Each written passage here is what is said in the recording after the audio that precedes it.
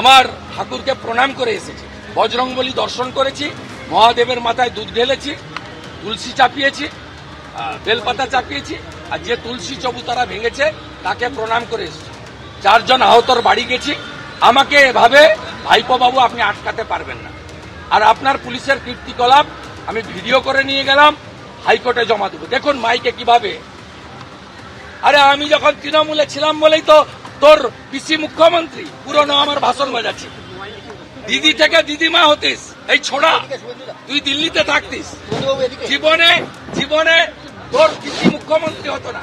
আমার ভাষণগুলো শোনা, আরেকটা ভাষণ শোনাবি, তোর পিসি অটল বিহারী বাজপেয়ীকে কিভাবে প্রণাম করতো, ভাষণটা পরে শোনাবো। হ্যাঁ, আমি তো 21 বছর তৃণমূল করেছি বলে তো ওর পিসি আজকে মুখ্যমন্ত্রী, দিদি থেকে দিদিমা হয়ে যেতেন, মুখ্যমন্ত্রী হতো না। পুলিশ কি মানে ওদের আমার সার্টিফিকেট লাগে এই মাইকে যে আমার পুরনো ভাষণ বাজ। আর 98 থেকে 2004 বিজেপির সঙ্গে থেকে মমতা ব্যানার্জি কিভাবে বিজেপির সাহায্য নিয়ে বেঁচে ছিল সেই ভাষণও আমার কাছে আছে। পরবর্তী সময় আমি সেটাও বাজাতে আসবো।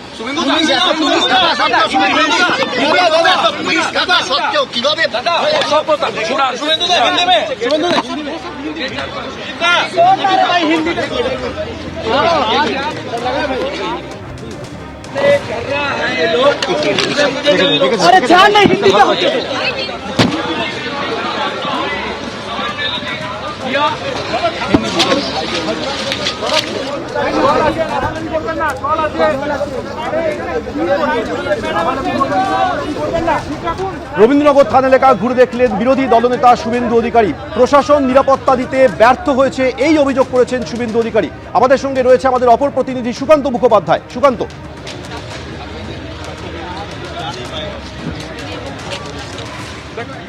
পরিষ্কার যেটা দেখা যাচ্ছে যে শুভেন্দু অধিকারী এখানে এলেন বেশ কিছুক্ষণ আগে এবং তারপরে কিন্তু সেখানে তিনি প্রথম একটি মন্দিরে যান, একেবারে থানা লাগোয়া যে মন্দির সেখানে যান, সেখানে শ্রদ্ধা জ্ঞাপন করেন এবং তারপরে তিনি বাইরে বেরিয়ে আসেন। যে সমস্ত বাড়িঘরে ভাঙচুর করা হয়েছে দূর থেকে সেগুলোকে তিনি দেখেন, যাদের সেই একেবারে গত সপ্তাহের সেই যে তাণ্ডব, সেই তাণ্ডবের জেরে যাদের মাথা ফেটেছিল বা যারা দুর্গত তাদের প্রত্যেকের সাথে কিন্তু কথা বলেন এবং কথা বলার পরে তিনি যেটা জানান যে নেচার পার্কের কাছ থেকে যখন আসছিল তখন সেই সময় কয়েকজন বিক্ষোভ দেখায় এবং সেই বিক্ষোভের ভিডিও তিনি তুলে রেখেছেন এবং সেই ভিডিও তিনি কিন্তু মহামান্য আদালত বা কলকাতা হাইকোর্টের সামনে রাখবেন। তার কারণ গত সোমবার কলকাতা হাইকোর্টের দেওয়া নির্দেশের পরই কিন্তু সমস্ত শর্তকে সামনে রেখেই শুভেন্দু অধিকারী আজকে এসেছিলেন। এখানে শুভেন্দু অধিকারী প্রশ্ন হচ্ছে কি করে বিক্ষোভকারীরা নেচার পার্কে তার একেবারে কনভয় সামনে চলে আসলো, নিরাপত্তা কোথায় রয়েছে, এই যাবতীয় বিষয় নিয়ে কিন্তু তিনি প্রশ্ন তুলেছেন। শুধুমাত্র তাই নয়, একেবারে কলকাতা হাইকোর্টের দেওয়া যে শর্ত ছিল যে কোনো রকম রাজনৈতিক বিষয় তিনি মন্তব্য করতে পারবেন না, সেই রকম কোনো মন্তব্যও কিন্তু এদিন শুভেন্দু অধিকারীকে করতে দেওয়া যায়নি।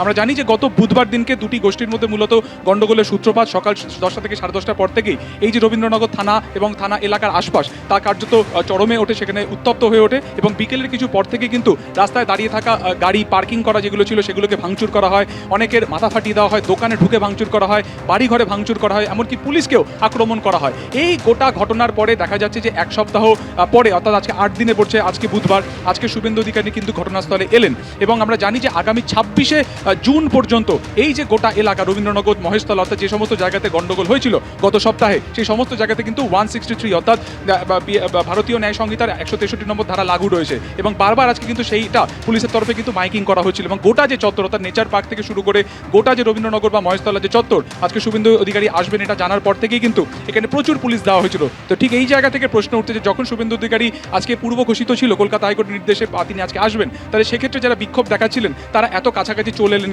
কি করে? ফলত সমস্ত ছবি তিনি তুলেছেন, সমস্ত ভিজুয়াল তিনি তুলেছেন, রেকর্ড করেছেন এবং আইনজীবী মারফত তা কলকাতা হাইকোর্টকে জমা দেবেন।